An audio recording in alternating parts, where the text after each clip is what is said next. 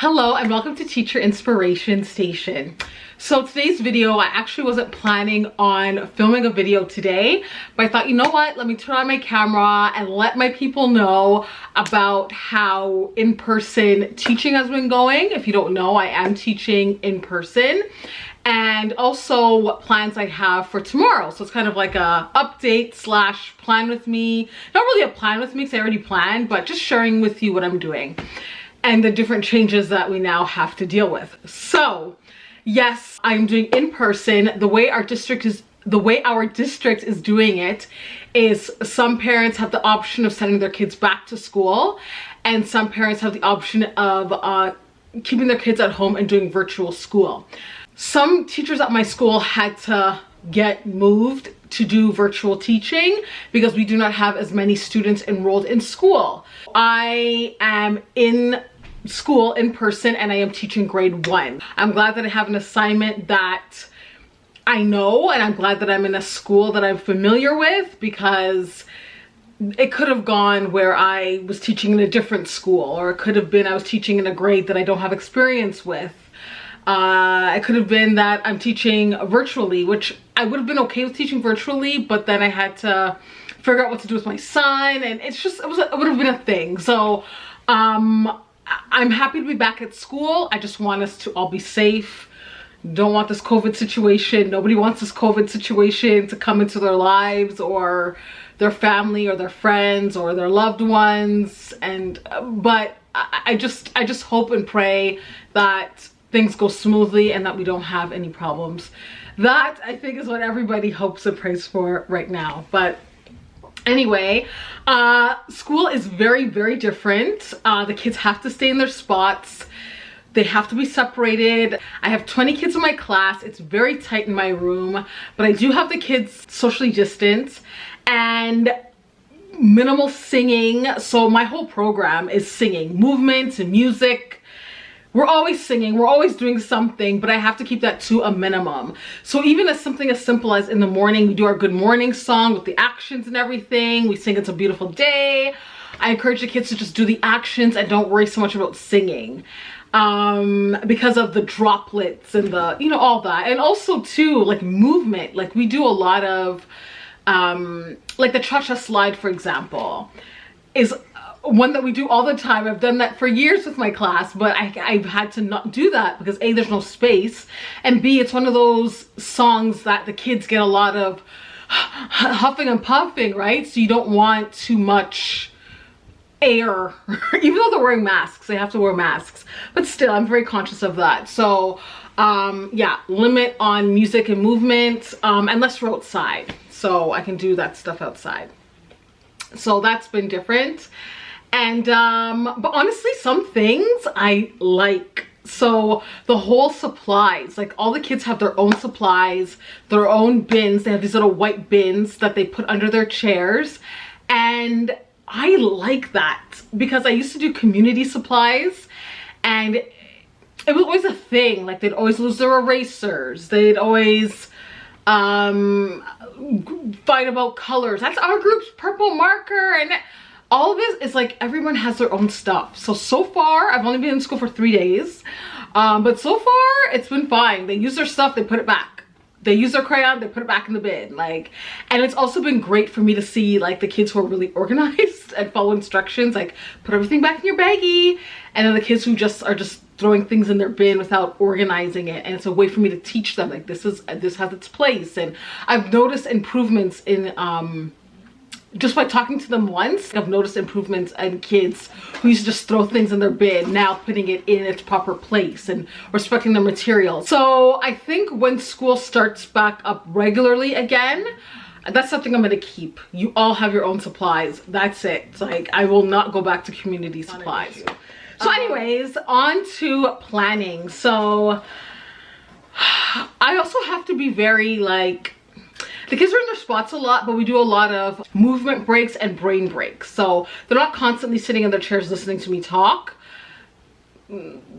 There's times where they get out of their chair and they stretch, or we do a little something. I also have a really big, I wish I had a projector, but I don't. But I have a really big TV, so sometimes we'll watch like a little like clip of like like for example, Chicka Chicka Boom Boom, there's like a remastered song of Chicka Chicka Boom Boom and they love it, so I'll play that on there. So there's different things in the day that we do to kind of make things more interesting, you know, because I am, you know, entertaining, but sometimes, you know, they've had enough of hearing me speak and you know, all that. So anyways, my plans for tomorrow. So I have my plans here, and this is my happy planner. Honestly, in the past, I have made rows and columns and have made everything, I pretty much recreate this chart and type on there, but I don't want to be restricted to little boxes. So I've just regularly, my plans are actually on my desk at school. So I wish I had an example to show you of those from last week, because I didn't bring my happy planner to school last week. It's at home, but I'll bring it in tomorrow. But I just typed it up, and for some reason my computer does not print Word documents, and I don't know why. Every time I send something to the printer that's from Word, it doesn't print. So this, what I have here is like, it's not the layout how I made it. I'll just insert a clip here and show you what it's supposed to look like. So at school it prints, but at home it doesn't print. And so I had to print this from my phone, and my phone doesn't open Word the way a computer would open Word. So anyways, so there's that. But honestly, I just print it and sticking it in. I'm not restricted to boxes. I just type what I want to type, how much I want to type, how less I want to type. It doesn't matter. I just stick it in here. And then all the things that I'm going to need for the lessons, I just put in this little page protector. And when I get to school, I will photocopy what I need to photocopy. So let me just share with you what it is that we're doing. So I like to put a little thing here that says before school, because I forget a lot of things I'm supposed to do. What the kids are going to be doing tomorrow, I have this, and this is actually our respect poem. We have a poem of the week, and this week it's a poem on respect, and I'm going to actually leave this resource in my description below, because I don't remember where I got this from, but I'll leave it down below. So here's the poem, and I just but I write it again on chart paper, or I write it on chart paper, the poem, and that's the poem we read all week. So a bit of shared reading there. And when the kids come in, we play It's a Beautiful Day. Again, we're not singing, we're just really doing the actions. And then I go over the rules, which is basically we respect ourselves, others, and property. We're only going with that rule this year, in addition to all the new COVID rules. And I do have posters in my classroom, and we go over the reminders of what they need to keep in mind. So social distance, make sure you're wearing your mask, wash your hands, sanitize. That's also a new thing that we have to do often. There's this whole thing, and then disinfecting tables. You know what? I take this very seriously, and I just don't want to deal with that. The C word, I don't want to deal with that. Nobody wants to deal with it. And I just, again, hope and pray that, you know, everything will be fine and okay and good and all that. So anyway, there's even a whole sign-in thing. Like I have to check when the kids come in and they line up, I have to check with the parents about how they're feeling, and parents give me the okay that they're good to come to school, because if there's any symptoms of anything, they're not supposed to come to school. So even if it's the cold, they have the cold, a cold, they don't want them to come to school. So that's hard. And then I have to really make sure that I have emergency plans set up right away, because you just never know. You know, like you might be fine the night before and then you wake up feeling a certain way. They do not want you in the building if you are sick. So, you know, and then also my son, like if he's sick, God forbid, you know, they don't want him in the school. So, you know, it's a whole thing, you know, and it's very stressful because it's on everybody's mind. No matter where I go, COVID's on my mind. Like I go to the store, I'm thinking, oh goodness, I hope I don't expose myself to this. If I go to get something at the grocery store, oh my goodness, I hope I don't expose myself to this. Oh, like kids in the classroom, I try not to get too close. Oh my goodness, COVID, I don't know if God forbid I'm carrying it. I don't know who's carrying it. I don't, you know, it's on everybody's mind, you know, and it's stressful. Anyways, so we go over the posters. and we play grab a question, which I have a bag full of questions and they pull it out, or I pull out a question and I ask the class. Like on Friday it was, would you rather be rich or famous? And then kids went around and talked about if they'd rather be rich or famous. And then we'll do a bit of a movement break. In this case tomorrow we'll do Tony Chestnut. Tony Chestnut knows I love you. Tony knows, Tony knows. Tony Chestnut knows I love you. That's what Tony knows. Or whatever comes to mind. I have a lot of songs, but whatever. And then we'll talk about respect again, which we talked about last week. What is respect?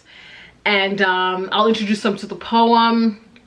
And we'll just do a read through. I read first, they read second. It's gonna be a simple read through of the poem. Sometimes I have different kids come up and point to words that they know. That's another opportunity for them to be interactive. So we'll do that. And then we're gonna talk about what respect looks like and what respect doesn't look like. So I'm gonna give them different scenarios, like show me respect with your eyes. So like show respect with your eyes is like looking at someone. Show me disrespect with your eyes, which could be like an eye roll or whatever. So we'll do that. Show me respect with your hands. Show me what disrespect with your hands looks like. I also have to remind kids to not move from their spots and to also not touch anyone or hurt anyone. So we'll do that. But before we actually play that game, there's a video that I want them to watch, which is the Wonder Grove Kids video, and it just talks about a girl on the playground who had problems with another student, and this child is being rude to her, disrespectful, and not keeping her hands to herself. And I'll let them watch that video. It's like a 3-minute video, but again, it kind of breaks things up, so it's not only me talking. Yeah, so they'll watch that and they stay at their spots and watch it. Like my TV is big enough that everyone, no matter where they are in the room, they can see the TV from where they are. So that's good. So we'll play that little game, and then this is what they're going to be doing. It says shows respect and not shows respect. Shows respect and doesn't show respect. So basically they write their name folded in half and they cut along the dotted line. That's like a lift the flap book. So an example of showing respect, an example of not showing respect. And then I'll have them share their work with the class. Yeah, I'll have them share their work. And then we'll start getting ready for recess. And we'll do the whole routine for recess. Sanitizing the hands and all that. And then actually it says continue respect sheet. So they would have started it, but they probably wouldn't have finished it before recess. So after recess, we're going to continue doing this. And then I do have a prep, which is drama and dance, which is delivered outside. And we're going to be going outside a lot more often. So even, I mean, unless it's extremely cold or pouring rain, but if it's like spitting rain, like we're telling the parents to dress their kids for, like dress your child appropriately, because we're going to be going outside as much as possible. So drum and dance is something that's going to be delivered outside as much as possible. Unless it's freezing or, again, like pouring rain, then no. But if it's like a little bit of rain and like, they'll go outside. Like, they'll be fine. Just dress accordingly. Then it's lunch. And we have our whole lunch routine, washing our hands. I show them, like, there's a video that we had to watch as a part of our training. And so I've told the kids that I want them to wash their hands like that. So it's like this, and then there's like this whole thing where you wash like that, you go like that, and you that and that and that and that. So it's a whole thing. I do a whole counting thing, and it's a thing. So anyways, they wash their hands and then they eat their lunch, and we have our lunch break. And then right after lunch, I do have another prep. It's my double prep day. So there is one day in the week where I have to get 80 minutes of prep. So it's a prep there. And then after that, we'll do some math, and we're going to start our patterning unit. So basically, we're going to talk about what a pattern is, talking about pattern cores. A pattern core is something that repeats. And I do have examples of some patterns and not patterns. So, this is not a pattern. So basically this is not a pattern. So I just hold up a strip, and they have to tell me if it's a pattern or not a pattern. So, and I feel like this is something that I could repeat throughout the days, like as practice, identifying what is a pattern and what isn't a pattern. So we have that, and then kids are going to be making their own patterns. This time the attribute that changes is it's just going to be color. We are going to be talking about different attributes that change, but for tomorrow we're just going to stick with color. So they have this here, and they're going to be creating, I don't know if you guys can see this sheet. Yeah, they're going to be creating their patterns with this. And then also they're going to be using crayons, but I show them how I want them to color, because what ends up happening is you have some of those kids that like have their crayon and they color dark, and they just, it takes them a really long time and a lot of pressure on their hands to color in something small like this. So I just tell them just lightly shade, just so you're not spending, you know, your whole time, like 40 minutes later they've only done one strip. Like I don't want that. Like use your time wisely, but be neat at the same time. So it's a whole thing I gotta teach them and show them. So anyway, we'll do that. And then actually, yeah, they'll do the actual making of the patterns after recess, and the actual pattern lesson we'll do before recess. So the whole identify the pattern and what's not a pattern. And I have a pattern book at school. I hope I can find it, because that would be good if I can share that with them. And it would also be great if we had, which I probably will end up doing, I do have snap cubes, so then being able to make patterns with the snap cubes, but it would have to be like they can't share it. So I'll figure something out, because it's nice to do like hands-on stuff. So we shall see. I'll have to figure that out. So we do that, and then they're gonna work on their patterns, and different kids will share their patterns when we're done. We are going to do a read aloud, and the read aloud is going to be our class as a family. That's a book I wanted to read last week, but I didn't get a chance to do it, and I'm just going to read the book. We're not going to be doing any follow-up activities. Actually, no, we're not going to do follow-up activities with it. I'm just going to read the book for fun and just explain to them that we are like a family. We spend a lot of time together. We're going to get to know each other. We care about each other, and your family is not necessarily only the people that you're related to, but people who love and care about you as well could also be your family. So we're gonna read that, and then I have this thing, this sheet. It's a worksheet. It has different questions, like what do you want to learn in grade 1, and there's 4 questions, but I don't remember all the questions right now, and it's at school. So what I'm going to do is like cut them out into strips, because the questions are like in little strips, little boxes. I'm going to cut them out and have them answer it, draw a picture, and try and write, and then to have different kids come up and paste it on the chart paper. And I'll have the question at the top, like what do you want to learn in grade 1, and then they do that. That's just like a little thing we're going to do before we leave for the end of the day. And then I love Alpha Tales. So I love books with CDs. So Alpha Tales is a great one from Scholastic. They don't sell it anymore. I'm sure you can get the books on Amazon, but I have the book with the CD.